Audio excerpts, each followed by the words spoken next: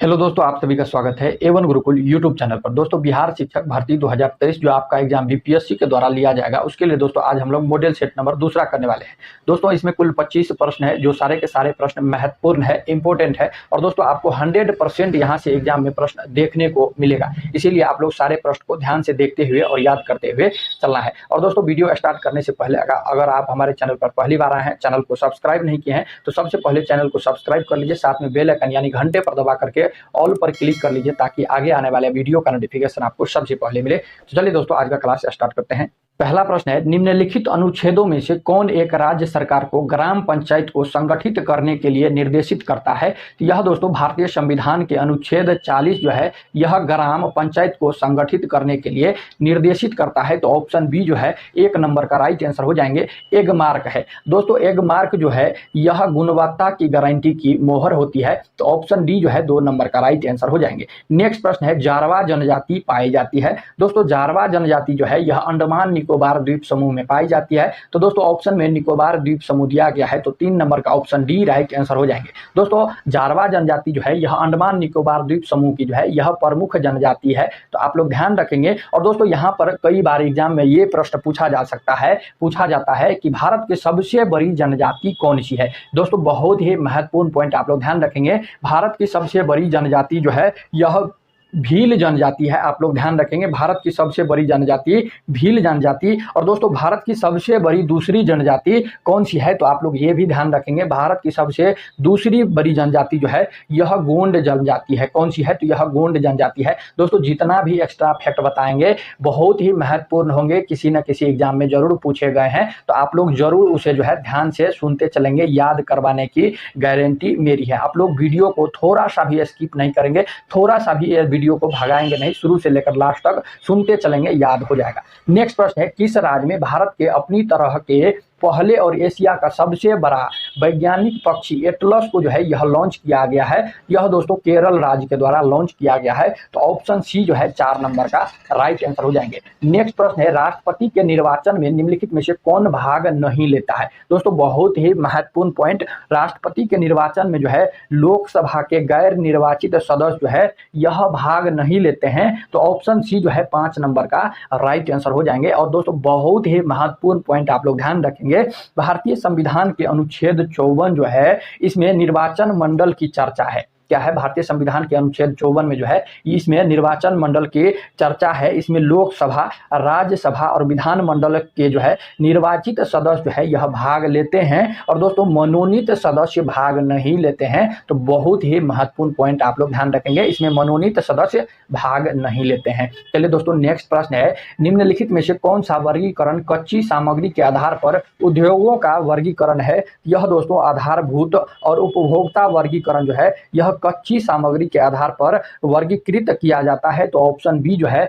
आधारभूत और उपभोक्ता हो जाएंगे। तो 6 नंबर का ऑप्शन बी राइट आंसर हो जाएंगे। नेक्स्ट प्रश्न है, पुस्तक भारत के प्रधानमंत्री देश दशा के लेखक कौन है? यह दोस्तों रशीद किदवई है। रशीद किदवई ऑप्शन बी जो है 7 नंबर का राइट आंसर हो जाएंगे। नेक्स्ट प्रश्न है, जो बैंक निक्षेप बिना नोटिस के निकाले जा सकते हैं उन्हें कहा जाता है? तो उन्हें दोस्तों मांग निक्षेप कहा जाता है। तो ऑप्शन डी जो है 8 नंबर का राइट आंसर हो जाएंगे। निम्नलिखित प्रस्तावों में से किसका संदर्भित संबंध संघीय बजट से है? यह दोस्तों कटौती प्रस्ताव का जो है यह संदर्भित संबंध जो है संघीय बजट से है। तो ऑप्शन सी 9 नंबर का राइट आंसर हो जाएंगे। नेक्स्ट प्रश्न है, दृश्य निर्यात और दृश्य आयात के अंतर को कहा जाता है? यह दोस्तों व्यापार शेष कहा जाता है। तो ऑप्शन ए जो है 10 नंबर का राइट आंसर हो जाएंगे। मुद्रा अवमूलन की परिणाम होता है? तो दोस्तों मुद्रा अवमूलन का परिणाम जो है यह निर्यात में वृद्धि तथा भुगतान संतुलन में सुधार लाना होता है। तो ऑप्शन बी जो है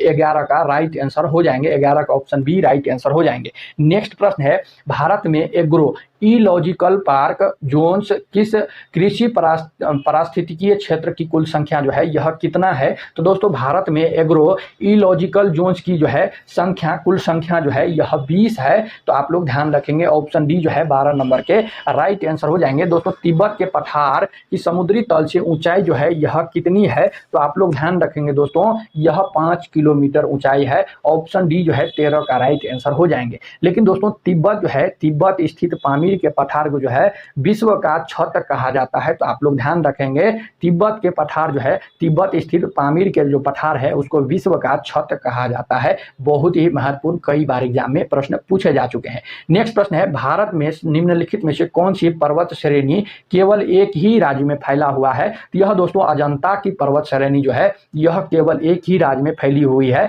दोस्तों अजंता पर्वत श्रेणी जो है यह महाराष्ट्र में अवस्थित है। तो दोस्तों ऑप्शन बी जो है 14 नंबर का राइट आंसर हो जाएंगे। चलिए दोस्तों नेक्स्ट प्रश्न है, पद्म भूषण सम्मान प्राप्त करने वाले भारत के पहले पैरा एथलीट कौन बने हैं? यह दोस्तों पैरा एथलीट कौन बने हैं? यह देवेंद्र झांझड़िया बने हैं। तो ऑप्शन सी जो है 15 नंबर का राइट आंसर हो जाएंगे। भारतीय उपमहाद्वीप पर ग्रीष्म ऋतु में उच्च ताप और निम्न दाब हिंद महासागर से वायु का आकर्षण करते हैं। यहाँ पर दोस्तों आकर्षण हो गए, आकर्षण करते हैं जिसके कारण प्रवाहित होती है। तो दोस्तों जिसके कारण जो है यह दक्षिण पश्चिमी मानसून जो है यह प्रवाहित होती है। तो ऑप्शन ए जो है 16 नंबर का राइट आंसर हो जाएंगे। और दोस्तों मई जून में गर्म हवा जो अभी वर्तमान में चल रही है उसे जो है लू कहते हैं। क्या कहते हैं? लू कहते हैं। लू जो है यह उत्तर भारत में चलती है। तो आपको ये भी ध्यान रखना है।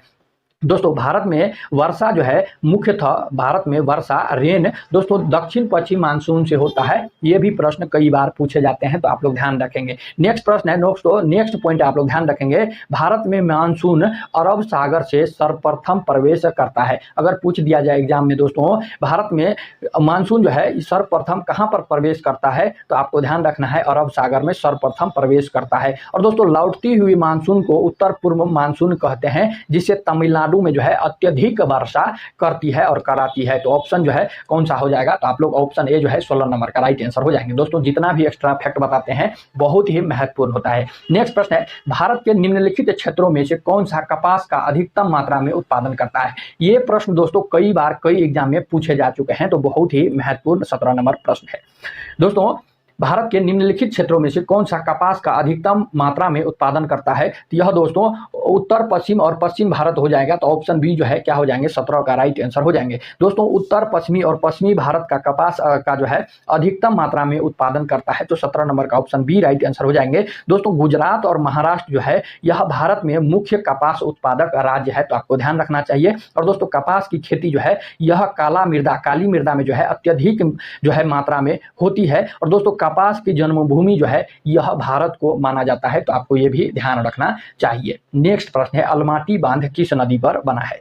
दोस्तों अलमाटी बांध जो है यह सभी को पता है, यह कृष्णा नदी पर बनाया गया है। तो 18 का ऑप्शन डी राइट आंसर हो जाएंगे। दोस्तों अलमाटी बांध परियोजना जो है यह उत्तरी कर्नाटक में कृष्णा नदी पर स्थित है। और दोस्तों यह परियोजना जो है 2005 ईस्वी में जो है बनकर तैयार हुई है। तो आप लोग इसी भी जरूर ध्यान रखेंगे। और दोस्तों कई बार एग्जाम में पूछ लिया जाता है, हीराकुंड बांध जो है यह कौन से नदी पर है? दोस्तों ये भी प्रश्न जो है किसी भी एग्जाम में ये प्रश्न को छोड़ा नहीं गया है, पूछा ही गया है। तो आप लोग ध्यान रखेंगे। दोस्तों हीराकुंड बांध जो है यह महानदी पर बनाया गया है। और दोस्तों हनुमान बैरेज जो है यह कोसी नदी पर स्थित है। तो आपको ये भी ध्यान रखना है। और दोस्तों कोसी नदी को जो है बिहार का शोक कहा जाता है। तो आप लोग इसे भी जरूर ध्यान रखेंगे। दोस्तों कोसी नदी जो है यह बिहार का शोक कहा जाता है। कोसी नदी अपने मार्ग बदलने के कारण जो है यह कुख्यात है, विख्यात है। नेक्स्ट प्रश्न है, देश के निम्नलिखित किस राज्य में सबसे पहले सूर्योदय होता है? यानी कि सूर्य सबसे पहले भारत में किस राज्य में उदय होता है? तो दोस्तों सभी को इसका उत्तर मालूम है।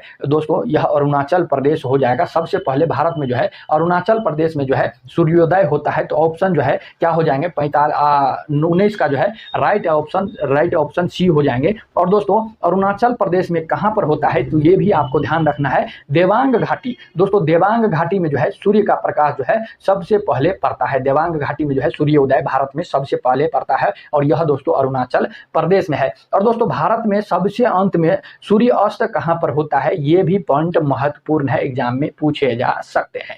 तो दोस्तों कुछ भी आपके एग्जाम में पूछे जा सकते हैं, पहला सेशन है तो आपको ध्यान रखना है। दोस्तों भारत में सबसे अंत में सूर्य अस्त जो है यह गुजरात राज्य में होता है। कहां पर होता है? तो यह गुजरात राज्य में होता है। और दोस्तों भारत के अरुणाचल प्रदेश राज्य में सूर्योदय तथा गुजरात में सूर्यास्त के बीच लगभग 2 घंटे का अंतर है। कितने घंटा का अंतर है? तो 2 घंटा का अंतर है। तो आपको ये भी ध्यान रखना चाहिए भैया, महत्वपूर्ण है।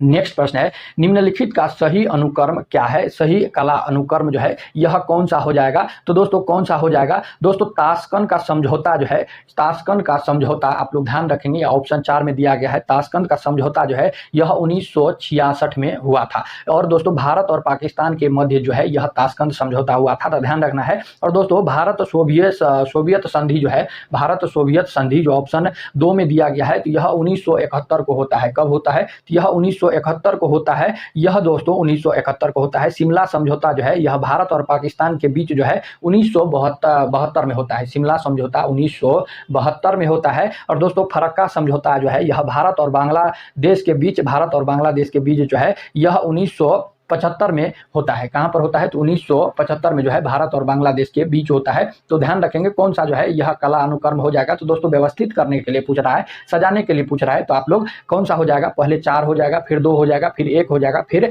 3 हो जाएगा। तो कौन सा ऑप्शन में दिया गया है? तो 4 2 1 3 ऑप्शन ए में दिया गया है, तो 20 का ऑप्शन ए हो जाएंगे। और दोस्तों किसके किसके बीच हुआ और ईस्वी कौन सा ईस्वी में हुआ ये भी हम आपको बता दिए, तो आप लोग ध्यान रखेंगे। नेक्स्ट प्रश्न है, भारत के बाहर विश्व के पहले योग विश्वविद्यालय का उद्घाटन कहां पर किया गया?